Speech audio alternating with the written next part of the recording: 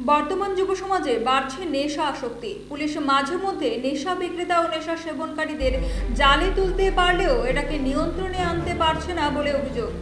বুধবার উদয়পুর রমেশ চৌমুহনীতে এক বৃদ্ধাকে গাঁজা সহ আটক করা হয়। জানা যায় বৃদ্ধের নাম হারাধন শুক্লদাস, বয়স আনুমানিক 70 বছর, বাড়ি উদয়পুর ভাঙানপাড়া এলাকায়। তিনি বলেন, গত 3 বছর ধরে বিশ্রামগঞ্জ থেকে গাঁজার প্যাকেট নিয়ে এসে বিক্রি করেন। এক এক প্যাকেটের মূল্য 20 টাকা।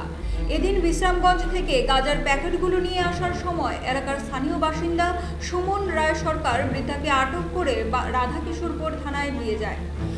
বর্তমানে বৃদ্ধা রাধাকিশোরপুর থানায় পুলিশের হেফাজতে রয়েছে।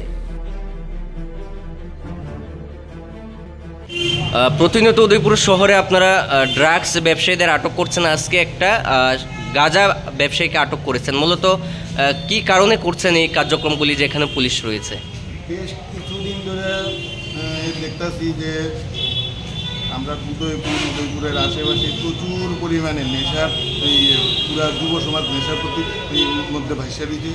মারণ নেশার ড্রাগ মানে যেটা আমরা কোটা কই, তারপর ট্যাবলেট, তার এর সাথে আছে গাঁজা, এবং এই সমস্ত জিনিস প্রতিটা গলিতে বিক্রি করতেছে।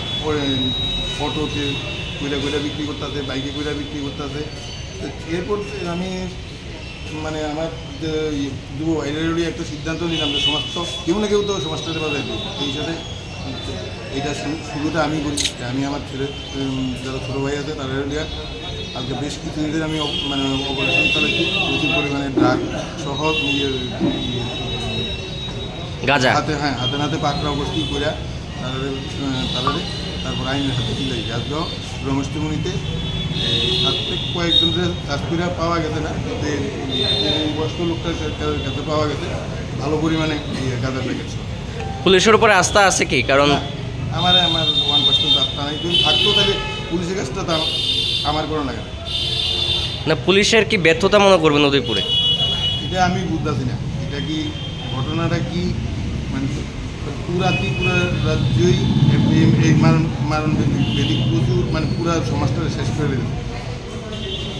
পুলিশদের তো মানে বেতন দেওয়া হয়।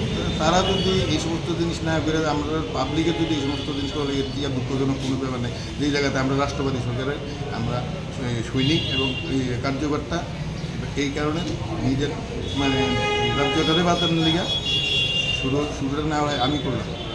সামনে আশা করি সবাই আমাদের সহায়তা করবে। আপনার নাম? আমার নাম সুমন রায় সরকার,